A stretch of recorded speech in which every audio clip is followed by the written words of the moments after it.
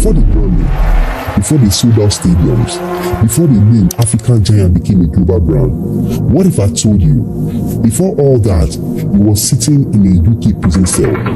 He was banned from the entire country, declared wanted by the Nigerian police, and even caught up in a nightclub shooting that left people bleeding on the floor. Yes, this isn't the Burna Boy you clap for on stage. This is the Burna Boy the world doesn't like to talk about. So today, I'm taking you back to the very beginning. The dark past, the scandals, the fights, the betrayers, and how this same man will turn everything around to becoming the African giant. Now, let me take you back to where it all started from. Burna Boy was born Dlamini Ebonluwa Ogulu on 2nd July 1991 in Port Harcourt, Rivers State, Nigeria. His father, Samuel Ogulu, worked in a welding company.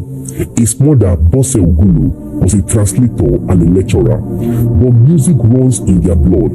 His grandfather, Bensi Idonije, was the first manager of the Afrobeat legend Fela Anikulapo Kuti. Growing up, Burna Boy was restless. By the age of 10, he already discovered Fruit Lips, a music production software. While other kids were playing football, he was in his room making beats. He attended Montessori International School in Port Harcourt, then Corona Secondary School in Lagos. After that, he went abroad to study media technology at the University of Sussex, then media communication at the Oxford University. But Burna Boy was not built for the classroom, so he dropped out, and then his life took a dark turn. Around 2010, Burna Boy was in London, but instead of chasing his music career, he found himself in trouble. According to multiple reports, he was arrested for being part of a gang that stabbed someone to death. He was just 19 years old. He was tried as a minor and sent to Kensford prison. Before I proceed, let me tell you how dangerous this prison is. Kensford was no ordinary prison. In the early 2000s, it was one of the most dangerous prisons in England. Many of the prisoners were young men involved in gangs, drugs, and violent crimes. If you were a young man, you either toughened up or you became a victim. Fights broke out daily. Prison officers were attacked. Inmates stabbed each other over debt and drugs. It was a place where young boys were turned into hardened men. And it was there that Burna Boy spent 11 months of his life. Later, Burna Boy himself admitted, he said, "I came into the music industry straight from Chelmsford HMP. I never thought I would live this long." When he was released on parole, he broke the rule. He fled UK and returned to Nigeria. Now let me tell you the meaning of parole. Parole means you are allowed to leave the prison before your full sentence is finished, but under very strict condition that you are not allowed to travel out of the country. But Burna Boy escaped. When he later tried to go back, he was arrested at the airport, deported, and banned from the UK for 15 years. Back in Nigeria, Burna Boy started to take his music career seriously. In 2011, he got signed to Aristocrat Record, a writing record label in Port Harcourt. With Aristocrat, Burna Boy found a sound, a mix of reggae, Afrobeats, and dancehall. In 2012, he released Like to Party.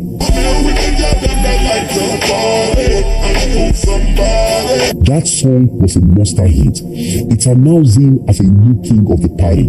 In 2013, he dropped his debut album, Live, Leaving an Impact for Eternity. This album had hits like Yawade,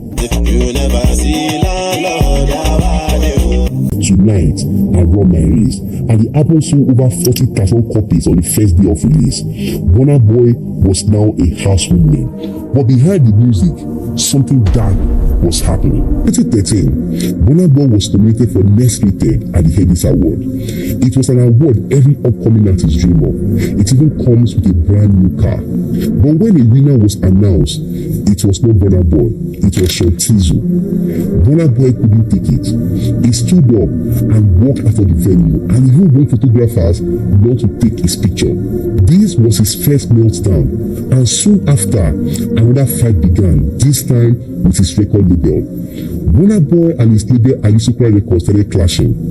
The label gave him everything, an apartment, promotion, structure according to the story, but Burna Boy wanted more freedom.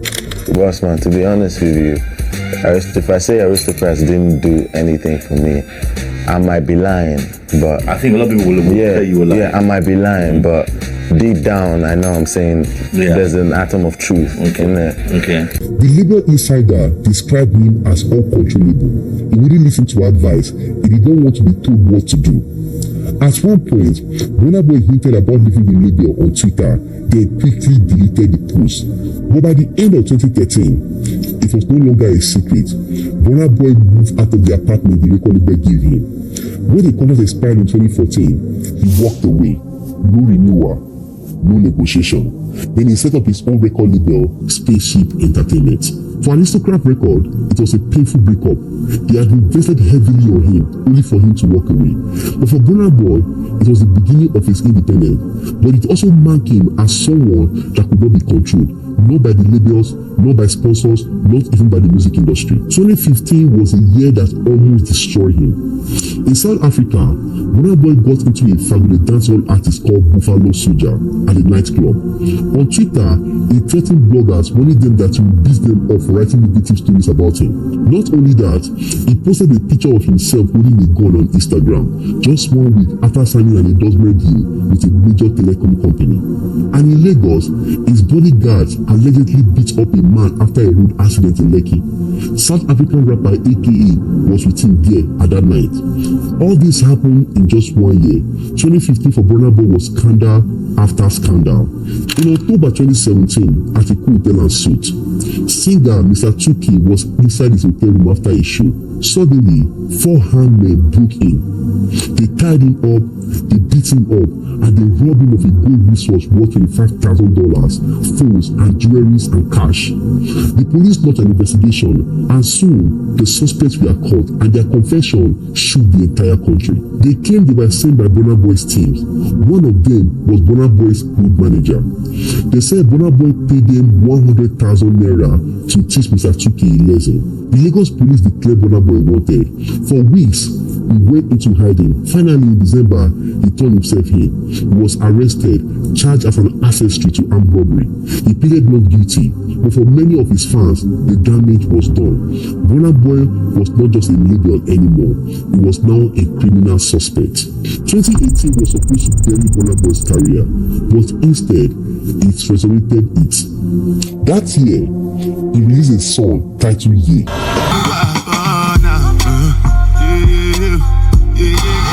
At first, it was just another Afrofusion track, but then something happened. Around the same time, American rapper Kanye West released an album, also titled Ye. So people were searching for Kanye West's album online, then they stumbled on Burna Boy's song Ye. Then, that made his streams skyrocketed. Suddenly, Burna Boy's music was crossing borders. That song became an anthem. In Nigeria, Cross played it every night.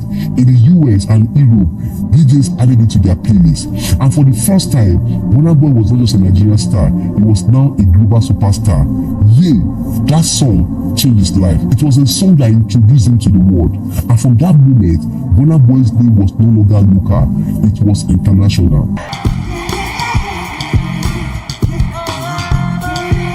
But with global fame came global drama. In 2019, xenophobic attack broke out in South Africa. Foreigners were beaten and killed in Johannesburg, especially Nigeria.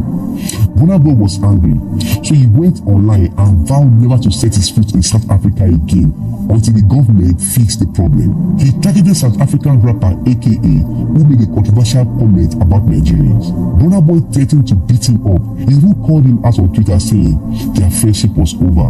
Later that year, Burna Boy was going to perform at a show in South Africa called African Unite. That show was meant to promote peace, but South Africans were not having it. They said Burna Boy must apologize before coming, and Burna Boy, being a very stubborn person, he refused. Then protests began. Threat of violence spread. South African artists signed a petition against Burna Boy, and in the end, the organizers had no choice. They cancelled the entire concert. Instead of uniting Africans, the show ended in division. But Burna Boy once again was at the center of controversy. But Burna Boy's story did not end there. In 2019, he released an album, African Giant. Yes, that album was a huge success. The album got him a Grammy nomination for the first time, but he didn't win. The odds were against him. In 2020, he came back again and he released twice as tall. This time, he won the Grammy for the Best Global Music Album. And the Grammy goes to... Ah, come on, Twice as Tall, Burna Boy, Omo Naija. That was big. It was a celebration all over Nigeria and Africa. But again, Burna Boy was caught in the web of another scandal. In June 2022, inside Cubana Club Lagos, Burna Boy walked in with his boys and 5 armed police escorts. That night, a woman was in the VIP with her friend. According to her, Burna Boy sent his guys to call her. She said no. They came again. She refused. The third time, her friends got upset and then fight broke out. In the middle of the chaos, Burna Boy's escorts pulled out their guns and pulled the trigger. 2 men were hit with bullets, one of them in the thigh and the other grazed on the head. The woman was pushed down and injured her shoulder. Selector said Burna Boy was laughing when everything was happening. By the next morning, Burna Boy had left Nigeria for Spain. The police arrested his escorts. They were charged with attempted murder, but Burna Boy denied having anything to do with it. In his song Tense with J. Cole, he even said he never shot anyone. This is a song. Say I shoot person for Cubana, because I want to collect person woman. But that night at Cubana will always be remembered, because what started as a party ended in bloodshed. But all this scandal did not stop Burna Boy from being the best Afrobeat artist out of Nigeria. The scandal did not stop him from putting Afrobeat on the map today. Burna Boy is still a great artist in Africa. The boy who once sat in a London prison cell. The man who was once declared wanted by the police in Lagos. The artist who was once banned from South Africa and the UK was now standing on the top of the world stage as a champion. Now let me tell you something. Burna Boy's story is not a story of arrogance. To me, it's a story of determination. It's a story of someone who knows what he wanted and how to get it.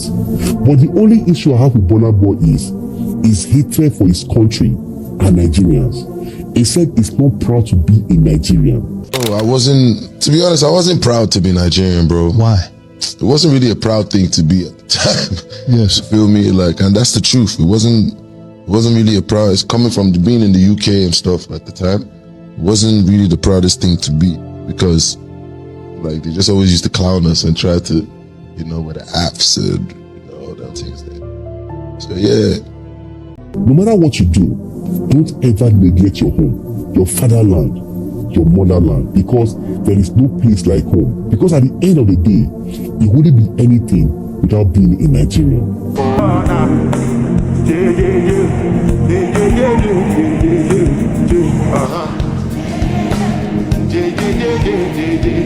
If you love stories like this, you might also like to watch the truth behind the death of Mohbad, or click the playlist below to watch more stories like this. And if you are new here, don't forget to subscribe, turn on the bell button so you don't miss other amazing stories like this one.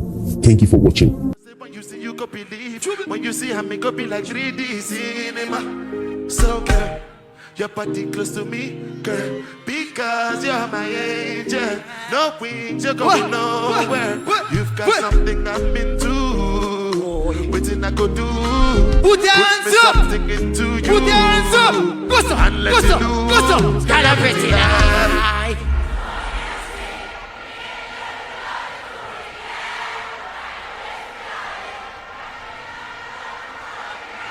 Jamaica! Make some noise for the unruly boss, my fucking brother for life. Is it. I see Tony in the back, man. Looking beautiful as always.